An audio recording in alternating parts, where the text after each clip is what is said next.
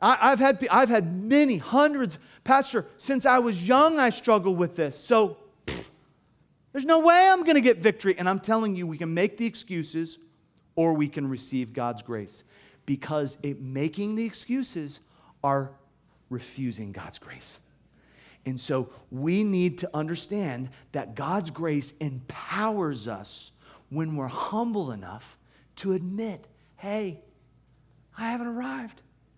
Man, I need help. I need your grace, God. And so we understand that God's grace, it is not just saving grace, it's empowering grace. But we can't make excuses. When I was in high school, I just graduated from high school, and I was so happy to be graduated, and I was 18 years old, and I had just bought a new car, not new, but new to me. My first car was a $200 car that you had to put water in it every time you drove it, otherwise you would overheat the engine. I bought it from a junkyard for $200. I mean, it was I loved that car until it just completely died. And so I saved up and I got this car, and I was so excited, and I felt like it was fast, compared to my other car, And so, man, I was excited. I got in that car after graduation, still in cap and gown, and I was going to my graduation party with all of my friends and family and everyone from our school. And it was a few miles away from the graduation ceremony, and I got to a stoplight, and I looked next to me, and there was a minivan filled with a bunch of people from my school. And driving was my principal's wife.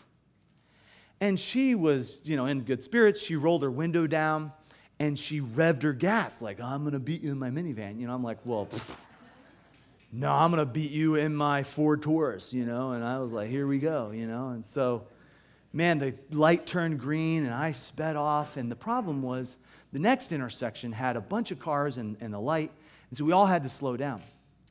But I noticed that no one was on the shoulder.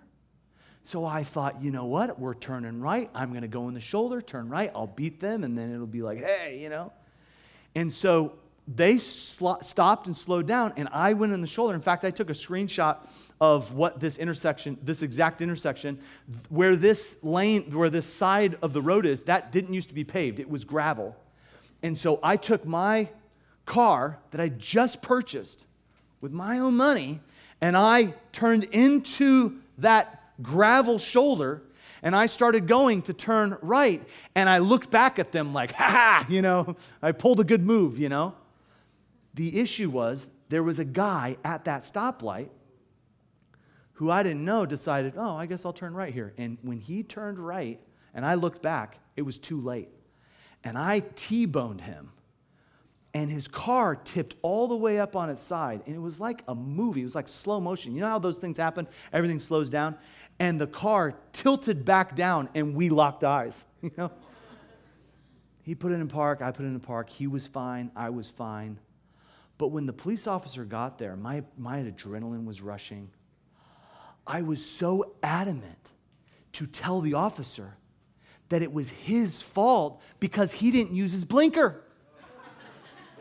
And the officer was like, hey, young man, were you on the road? He was trying to lead me through it, like, bro, you weren't even on the road, and you want to talk about his blinker use? Isn't that what we do? We want to point out all of the little sins in everyone else's life, and they got a little speck in their eye, and we got a huge beam hanging out of our eye.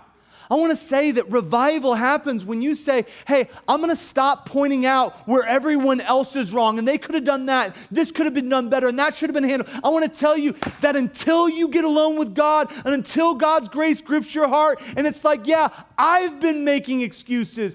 I've been self-justifying my own sin. Until you get to that point, you don't understand the grace of God and how awesome it is.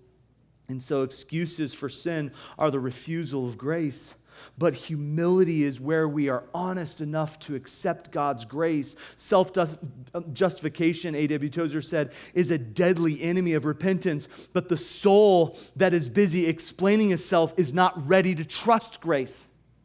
And so either you're ready to trust God's grace and you're ready to be honest about your sin and be ready about what you need God to do in His amazing grace and how you need His empowerment and how you can't live without it, or you're just going to stay in your sin and act like, well, it's not hurting anyone. It's hurting you. It's hurting Him. And so grace empowers the humble.